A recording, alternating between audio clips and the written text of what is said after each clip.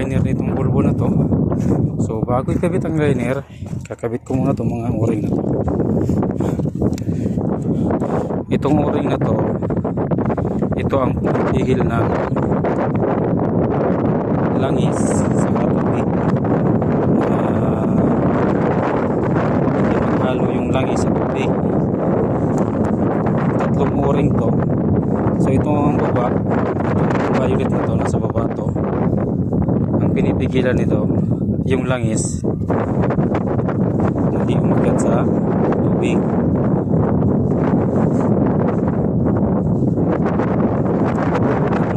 Nagiging trabaho ito.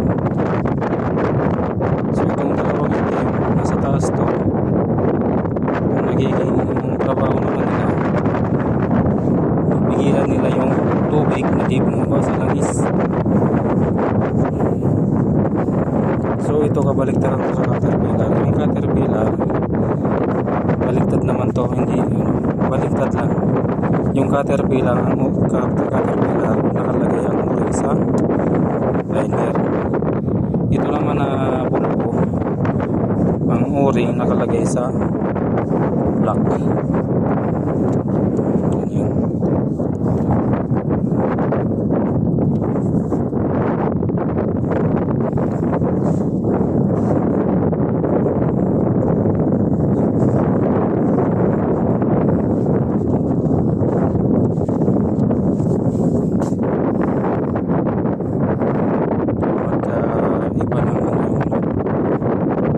Pero yung dito sa taas, parehas lang. Sa liner din nakalagay yung o-ring.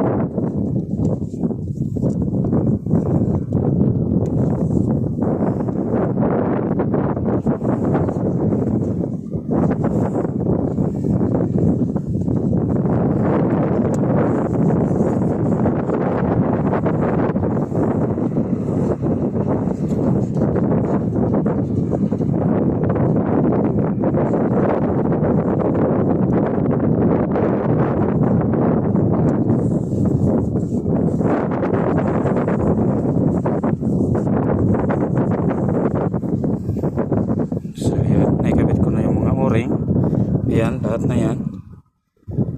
Yung violet sa baba, tapos dalawang itim sa taas. Ayan. Yung violet kasi medyo makapal. So ang ano nito, ang liner medyo naka-islop ng konti dito. Dito banda yung violet. Tapos ayan yung o-ring na isa. So ikakabit ko to ngayon. Ito, grasa to para pagkabit itong liner. So yan ang gagamitin ko,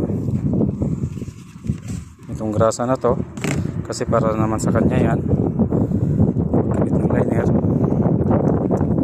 So lahat na yan, lahat na to nakalagay yung o-ring ayan sa taas.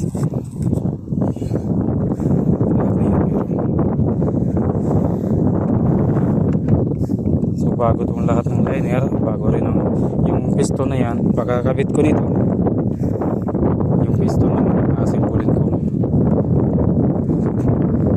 palit ng bago lahat yan, pati connecting rod bearing, palit ng bago yan. Connecting rod bearing, papalitan ng bago yan, ito bago lahat. So ito yung nakabit ko ngayon. So yan, ito yung sa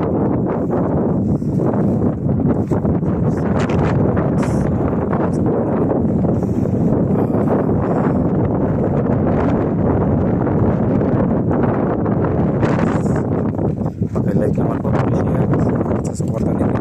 So ito pala po, itong o-ring na to, malaki rin ang trabaho nito. Pumipigil din ito ng langis, tubig, kasi ito banda dito tubig to. Ayan, para hindi lumabas papunta sa gasket ng tubig. Yan ang pinipigilan nito, itong o-ring na to. Maliit lang tong o-ring na to. Pinipigilan din ito tubig na hindi lalabas dito kasi ito dito head na to, taas na to, yan ang pinipigilan niya. Tapos yung violet na nandito, ito langis dito, tapos dito naman may dalawa pa dito na itim para hindi naman mag ano yung tubig, hindi bumaba yung tubig sa langis. Yan yun. Yan ang trabaho. Ito naman, trabaho nito para pigilan na yung tubig pag may pressure na hindi aakyat dito. Kaya malaki rin ang trabaho nito. Kaya dapat ang pagkakabit nito is maganda ang pagkakalapat.